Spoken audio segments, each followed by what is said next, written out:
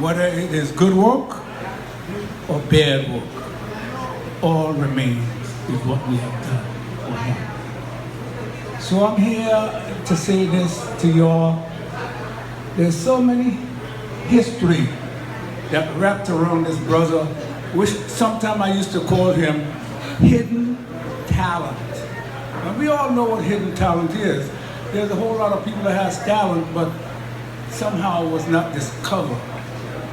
And because of the time, or maybe who behind you, whatever field you're in, whatever field of endeavor, there's some of us that are hidden.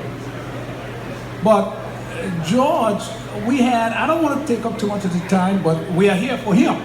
So all the time that we have here is just for him, to dedicate to him. For what he has done, the things that we have done, some of us know about the things that he has done. And some of us has to bring up to date of the thing that some of these people have done that was hidden. One thing I remember about George, I produced a couple of stuff with him. One of that song he was singing, Sweet Trinidad, I was a part of that. There was another song that they didn't play here called Night Shift. That song, we came this close to get a deal with Motown. I remember George came from Trinidad and he said to me, Charlie, I have a song, I think this might be a hit. I said, let me hear it, because I'm kind of not liking too many things, hard to. And when he played it for me, when he sing that little, well, we're gonna have those down there that they don't even know why they're here, but they're in here. Pass and you see some crowd, they come in. So anyway, when George played a song and I hear it, I said, I went home and it played back in my mind and I listened to it again. I said, let's go into the studio. I own a studio, by the way, so it didn't have to be a whole lot for me to take him in there. So we went up in the studio, which I had one of the best studios in the Brooklyn area, or if not the best. So we went up in there and we put that song down, Night Shift. And to me, I think that was something that made break George wide open, that song.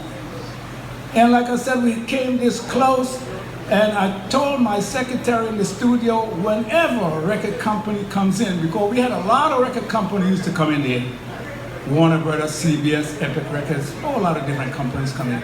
I said, whenever you see any one of these companies come in there, you play that tape. Someone of them have to hear it. And she followed my instruction. And one day, this guy heard the song, and he decided that, let me do something with this. And there was someone working on the BLS, someone in Motown, and they just got together and decided that they're going to do something. But long and short, make it a little shorter, the night we were supposed to sign this contract, the evening I should say, we went up to Motown on 57th Street. And while we were there waiting for the Motown executive from the East Coast to come in, from the West Coast, I'm sorry, to come in, the guy missed the flight. So we had to come back the following day to sign the contract with Motown to do the deal. Everything went through. They hear the song, they like it, they're gonna take it, they're gonna blow it up. We looked at all the percentages, money that George gonna make, everything. I can see George with his white jacket when he came to sign the contract. We on 57th Street at Motown office, waiting to sign the contract. He had on a white jacket. Never seen him dressed up that sweet. I said, okay. The guy didn't came through, so the following day, we supposed to go to sign this contract. We are waiting on the guy, Bill Dowdy, to come, so us to go to sign the contract, the guy who did the deal. It was like 4 o'clock, 6 o'clock in the evening, we were supposed to do this. All day, we didn't hear from this guy. Up to 6 o'clock, after the hour we were supposed to sign the contract, we haven't seen this guy, we didn't hear from him. What do you think happened? Someone robbed him, stick him up, rob him, murdered. He was murdered the day before we to sign this contract. This guy was robbed and murdered. And that was the end of George's big breakthrough.